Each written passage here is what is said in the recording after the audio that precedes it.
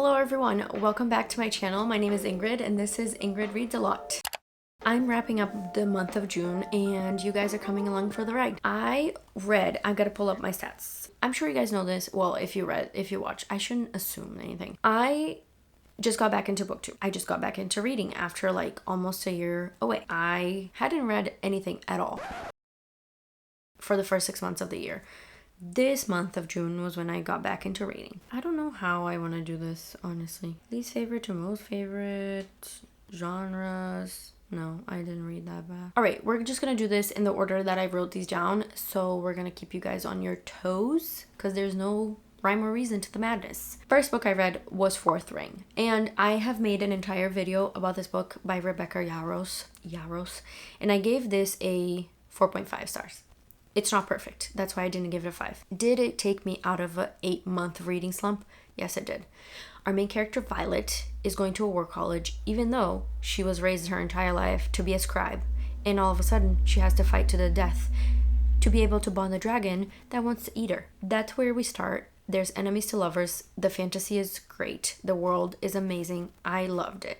There are some things, and I talk about all those different things in my video that I made about this book. And if you want to watch that, I will link it up above. If this video comes after that one, who knows what I'm gonna do. Anyway, I'm a mess. But basically, I really love that book. It's a fantasy romance. I loved the world. I love the dragons. And I think it ended really well in sense of like there is a cliffhanger and I want to know what happens next. Kudos to Rebecca Yarros for keeping me on my toes and getting me out of a slump. And then I followed it up with These Hollow Vows by, what's her name? Lexi Ryan. And I read this because of Elle. This is a fantasy YA book. And it's sort of has a little bit of a romance, but it's nothing crazy. It sort of has a little bit of a love triangle. Yeah, it kind of does. This is about Fae. Our main character is a human and her sister gets taken by a Fae. And she basically is Cinderella living with her wicked witch of an aunt. Her and her sister, and she has to work and she can't pay her aunt back. And in this world they are aware that Fae exist, but humans are very wary of them. And so our main character goes to the Fae world to save her sister, and that's where this book starts. She has a very good friend that is sort of a love interest, and then there's someone else that's sort of the love interest. And you have like Seelie Court, Unseelie Court, all the stuff, like basic Fae stuff. I enjoyed this book. I gave it a 3.5, both this one and the next one, which I finished. They're only duologies. And I shouldn't fault the book for this, but it's very much YA. And I think that I saw the little twists coming from a mile away. Like the writing is very easy and the hints are very on the nose about what's going to happen. Did I still enjoy this? Yes, I did. Am I obsessed with Fae? Yes, I am. So it doesn't take much to impress me. I did give this a 3.5. This and the last one. The next book is called These Twisted Bonds. And I read all of these on Kindle, by the way. That's why I'm not holding anything up because I don't own the books. But I thought that it was a very good Fae book. You know, I thought the writing was good. I think it is for a younger audience, which I'm not that young, so it was not for me, but I very much enjoyed it. Towards the second book, I'm not going to spoil anything, but there is some stuff that happens that I didn't love the way that it happened, but I think it wrapped up the duology very well. I enjoyed it, is my point. 3.5. All right, and then I read a sci-fi romance by Honey Phillips, and the name of the book I read is called Artek, and it's part of a novella serial, because I think this is only like 152 pages long. I read this on Kindle Unlimited very quick. I think I read it like in like 2 hours. No, it wasn't that quick. Maybe like 4. I read this because of Mara from Books Like Whoa. She talks about Honey Phillips all the time. And I love sci-fi romance, by the way. If you didn't know that, now you do. And I thought it was kind of like a good book to pick up. After I read something that was a little bit dark, I thought that this was a good choice. The name of the series, which I thought was kind of cringy but funny at the same time, it's 7 Brides for 7 Alien Brothers. And these aliens move into this world where only humans live. It's not Earth, by the way. But they kind of live together in the same town-ish. So, but the humans kind of stay away from the aliens and blah, blah, blah. These aliens are like, one of them is looking for a wife. And so he decides to just go approach the human and he's like, do you want to be my wife? And she's like, yeah, why not? I don't have any better prospects. And so they decide to get together and get married. And you're kind of following them, getting used to one another, like different things, different customs. I thought that this was cute and fun. Was it my favorite sci-fi alien romance? No, it wasn't. I don't want to read anymore. I think just because I think there's 7, obviously 7 brides for 7 husbands. But I think that this one, it was okay. I just don't want to follow up, you know? I give this a 3 stars. I think my biggest problem with it was that it was too short. I wanted the relationship in the world, everything, to have stretched out a little bit more. I think I would have liked it better. My favorite part of this book were the other aliens, like the 6 other brothers, and all their little idiosyncrasies. Anyway, you guys know what I'm talking about. That was my favorite part of the book. I didn't really love the romance. I thought it was okay. It wasn't like anything out of this world. Funny. And then I read, okay, this one I own, so I have to take it out for you guys. And then I read a horror novel that I bought last year I never read, and it's called Such Sharp Teeth by Rachel Harrison. I picked this up without realizing that it was horror. I thought it was gonna be like a campy, because it says a werewolf novel. I thought it was gonna be like a campy werewolf kind of thing. I did not read the synopsis clearly because I don't care that much, but I picked this up and I thought this was so good. Rory is our main character, and she's moved back into her hometown to help her sister, her twin sister, who is now pregnant. The father of the baby is God knows where.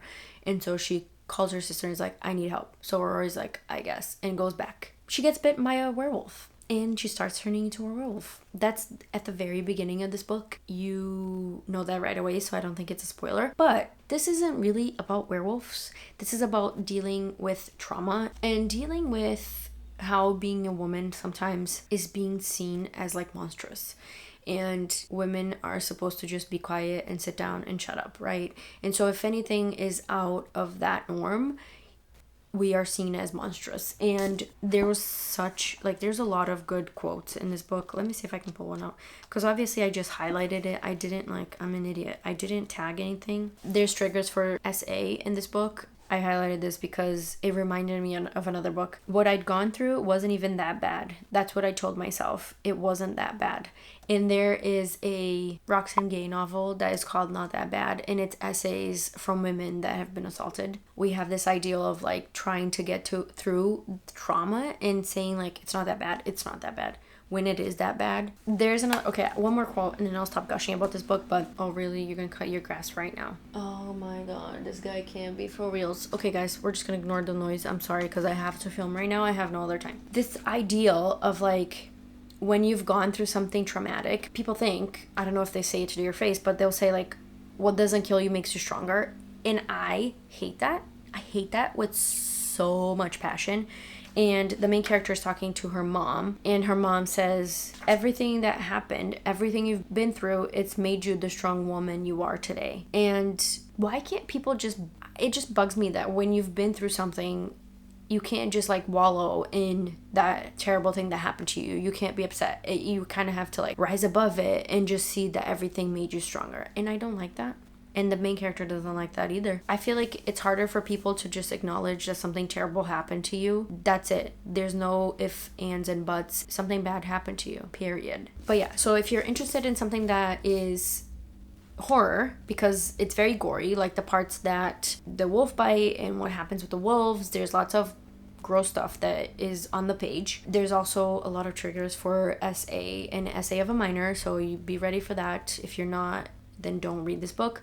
But I thought that this was a very clever way to do a horror novel that talks about current issues. And this kind of reminded me of the Southern Book Club's Guide to Slaying Vampires by Grady Hendrix. He's another person that's done a horror novel but incorporates social issues into it. It's done very well, and I love this one too. So yeah, if you like this, you might like this. And then I reread The Hunger Games by Suzanne Collins. I think I'm going to make a video about this, so I'm not going to say too much. If you've never read The Hunger Games, what are you doing? Go read it. It's a YA dystopian novel that was written in 2008. All I'm going to say is it's a masterpiece, and the movies are just as good. So I reread that, and I gave it a 5 stars because how can it be any less than that? And then last but not least, I read Daughter of No Worlds by Carissa Broadbent is her name. This is a fantasy romance with a very lush world. I picked this up because of Stephanie from Stephanie Bookish, and I thought this sounds interesting. Our main character's name is Tisana. They live in a fantasy world where she is a slave. The beginning of this book is little, I don't know how to explain it. I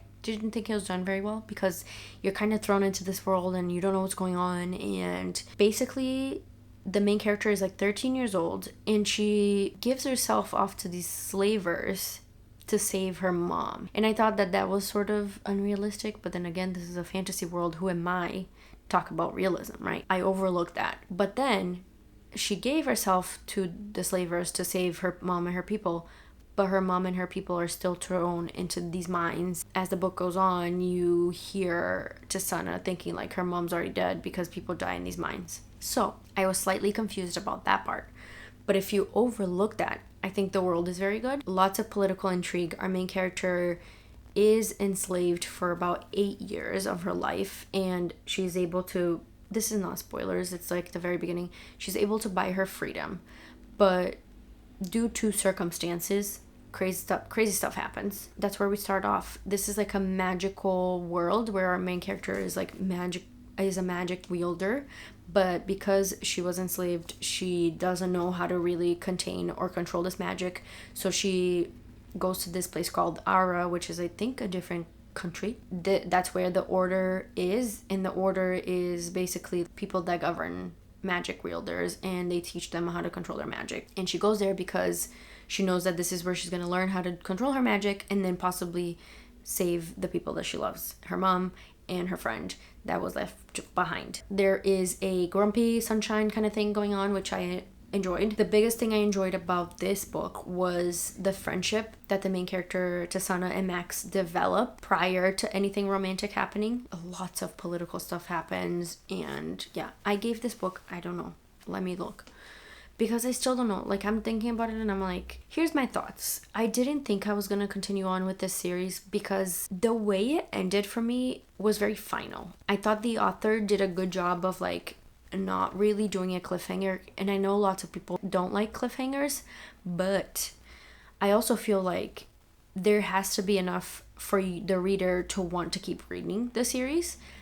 And the way it ended for me was like meh, you know. I thought it ended really well, and I don't think I need to pick up the rest of the series. This is a 3-book series, I believe, and it's on Kindle Unlimited, and that's where I read it. So if any of that sounds interesting to you, I encourage you to pick it up. This book is very good. Oh, and I didn't tell you how much I rated it yet. I don't even know myself, to be honest. 4 stars is what I gave this book, and I think that it was very well done. I just don't think I'm gonna keep going, and that's it. Wow, this is kind of sad to end a video, isn't it? Like, I started this book, I read it, I liked it, but I'm not gonna keep going in the series. Sometimes it just doesn't capture your fancy, you know? Anyway, guys, if you enjoyed this video and my ranting, please like and subscribe.